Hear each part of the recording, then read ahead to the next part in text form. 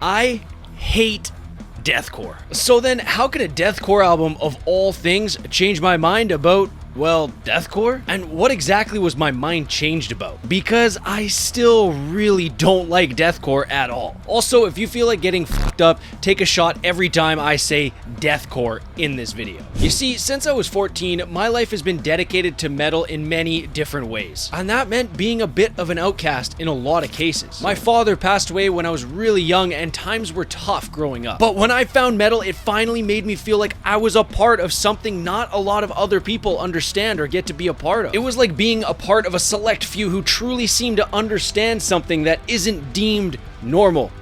Just like me. And that's why when I saw certain genres becoming more popular like nu metal or metalcore, I instantly rejected it as selling out to be accepted, loved, and more digestible to more people. Oddly enough, I saw it as trying to be everything that I didn't view myself as, sadly enough. And so that pain got taken out on these so-called poser genres, especially deathcore. I mean, think about it this way. For so long, death metal bands had been at the forefront of extreme music, pushing its boundaries and creating some of not only the heaviest music ever, but also some of the most beautiful music ever in many ways. And along comes deathcore and it just condenses this beautiful nuanced thing like death metal into pig squeals and breakdowns and overly clicky produced drums. You can't deny it. To me, it sounded like all the beauty and creativity had just been sapped out of death metal for the sake of making it just heavy or just brutal, and nothing else. To top it all off, none of the fans of these scene deathcore bands had any idea or respect for the history of death metal or extreme music. It drove me nuts. And the worst of it, normies would sit around and call it death metal as if it was anything like the gods that I praised growing up. These kids were acting like they were anti-establishment, while in my eyes, they were acquiescing to the masses. Just as well, being a metalhead is like an identity thing. It's what defines you, and you don't want to be defined by what others deem to be poser shit. So all of this together created this perfect storm of reasons for me to hate deathcore. But then a few months back, the Banger Alert podcast finally found and reacted to one of my oldest videos, Why Deathcore Sucks. Deathcore isn't a good genre of metal. It sucks. It sucks. You can call me a gatekeeper and an elitist, but that's the way it is. And hearing these guys react to my video almost 3 years after I posted it, I really had to question if my views and opinions were up to snuff on this. And so I listened to some of their recommendations. And I hope we came across like exactly what you said, not shitting on Kane, not being like you're a bad person because of this, but like maybe take a second look at these opinions and see if you can, I don't know, change your mind about this shit a little bit. Maybe, that's all I can really ask. And maybe time has passed. Maybe he has some like bands that I would recommend you check out if you want to try. Paleface, out the gate. Yep. Signs of the Swarm. New Signs of the Swarm is fucking sick. Mental Cruelty, fucking sick. Yep. To the Grave. New Mental Cruelty is amazing. Yeah. Angel Maker, Brand of Sacrifice, Distant, Yep. Psycho Frame. You know what I mean? Psycho Frame. Bro, 1056, Bound in Fear, Black Tongue. By the way, please check these dudes out. I'm gonna have their podcast linked down below. They are super cool. And so I went ahead and listened to some of these recommended bands.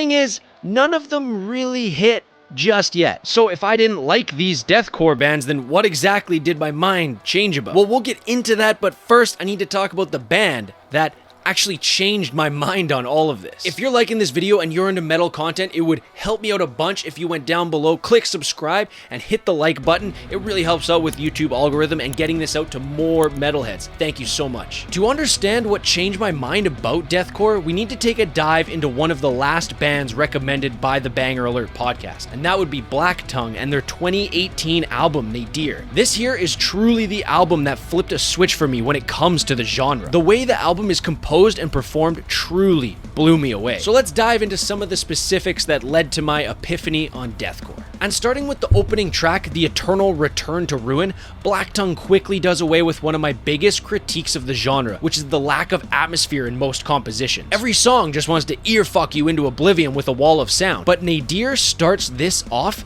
differently. The word nadir refers to a specific point below an object. In this case, I believe it to be a personal hell experienced by the individual this album's about. And Black Tongue used the atmosphere created by this album title to great effect on the opening track, dragging you deeper into the subject's twisted, depressing world with a simple, powerful, thundering riff. And the picture painted by these lyrics is bone-chilling. There's an overarching sense of doom and despair through this whole album that the tone is set for in this first track. It's truly excellent writing. But this second track, woof, I didn't think deathcore could sound like this.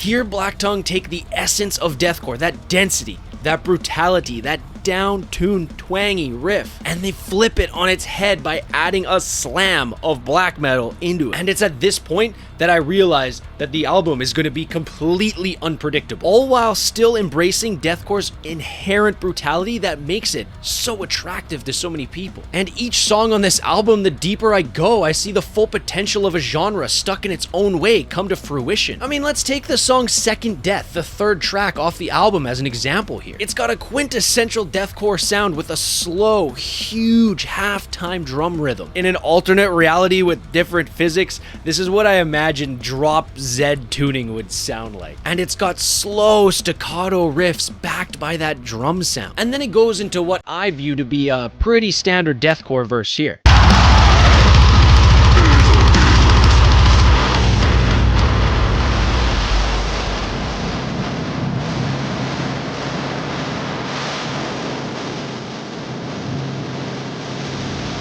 But after that, instead of leading the song into the breakdown with the same verse, chorus, verse writing that most deathcore bands use, they flip the script and they go into this.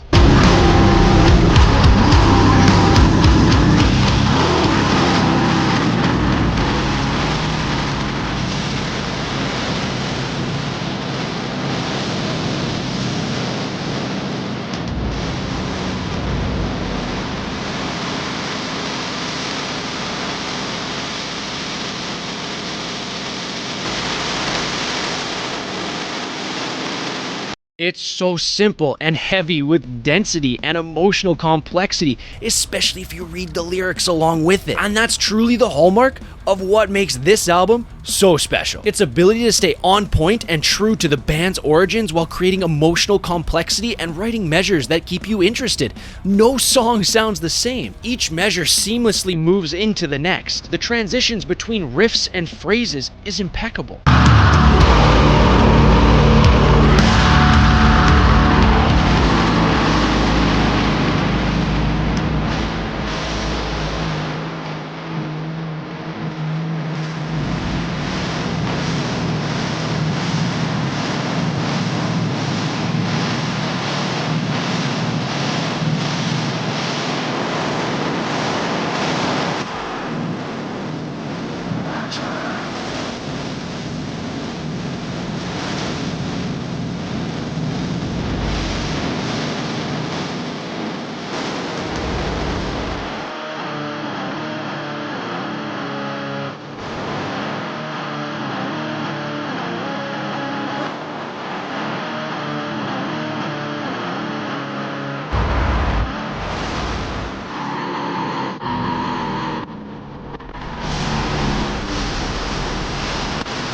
Alright, but what's the best part about deathcore? The one thing that all deathcore fans truly care about in every track. It's the breakdowns. But let's be real, breakdowns are completely played out in this genre of music. I'll be honest though, I'm only human, man. I love a juicy, well-timed breakdown as much as the next guy. And what Black Tongue did with breakdowns in Nadir made me realize what I never appreciated about deathcore before. Black Tongue seamlessly integrated an aspect of a genre that had grown old and overdone by not making them the focal point of the track, but still utilizing them to their full potential. One of the biggest things that always turned me off about deathcore was its predictability. You can almost always tell when a huge breakdown is about to drop, to the point where I can go on a deathcore playlist on Spotify and with songs I've never heard in my life, just click to a point in the song and boom, there's the breakdown. 9 out of 10 times. Black Tongue though, integrate them so well on this album. They're every bit as spicy and juicy as the first time you heard them from Suicide Silence in 2006. To just give examples of each of these would defeat the purpose of you realizing how well integrated they are, so I'll recommend specific tracks to help you get a grip of what I'm talking about. The best examples of this are Second Death, where the breakdown sneaks up on you out of nowhere, and Ultima Nekhet,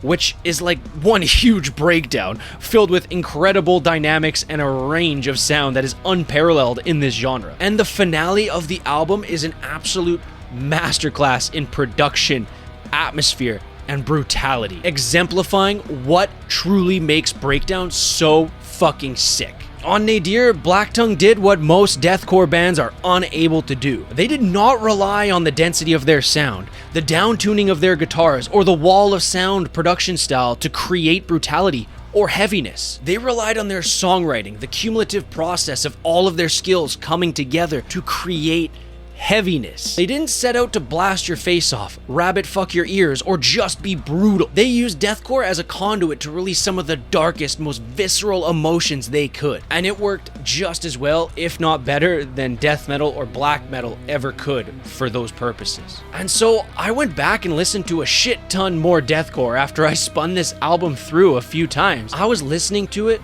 with a whole new perspective that I never had. And that's when I realized deathcore is one of the ultimate forms of musical, emotional catharsis. When it's at its peak, it's so fucking peak. It's visceral to the bone, a musical attack on your senses, to the point where it can not only help release emotion, but induce emotion in ways other forms of music, even metal, can't. To wrap this story up full circle, I've always been looking at deathcore to give me the same things death metal and black metal would give me. Almost unparalleled songwriting, musical depth, physical and emotional heaviness, and jaw-dropping technical ability. And that's exactly what Nadir gave me in deathcore form. And it took me getting that from deathcore to realize that that's not what deathcore's about. Sure, there are a few albums like The Valley that provide all of those things and more, but deathcore's more about that visceral, emotional release than true depth of songwriting. It provides an outlet for people to understand and process their emotions in a healthy way through this music. And look, this doesn't mean that I quote unquote like it, because there's still so many issues that I have with the genre that didn't change here, but it's honestly just so much fucking fun to listen to. In conclusion, deathcore will never be death metal or black metal or any other form of extreme metal. At its peak, it's almost untouchable in terms of visceral sound and brutality. It's the ultimate form of musical catharsis. And I may not like it, but after all of these years, I can truly say that I appreciate and respect deathcore for what it is. And a huge shout out to the Banger Alert podcast for being the catalyst for this 180-degree turn I've done on deathcore this year. Again, please check out their podcast linked down below. What do you all think of deathcore? I know it can be so controversial. In my other video, Why Deathcore Sucks, there's comments that are on board with me. There's comments flaming me. I mean, there's comments that are in between. It's crazy. There's no sort of discourse in this genre in all of metal that's the same as this deathcore versus not real metal but death metal type stuff. Anyway, thank you so much for watching. I can't wait to see you in the next one, and until then, long live metal.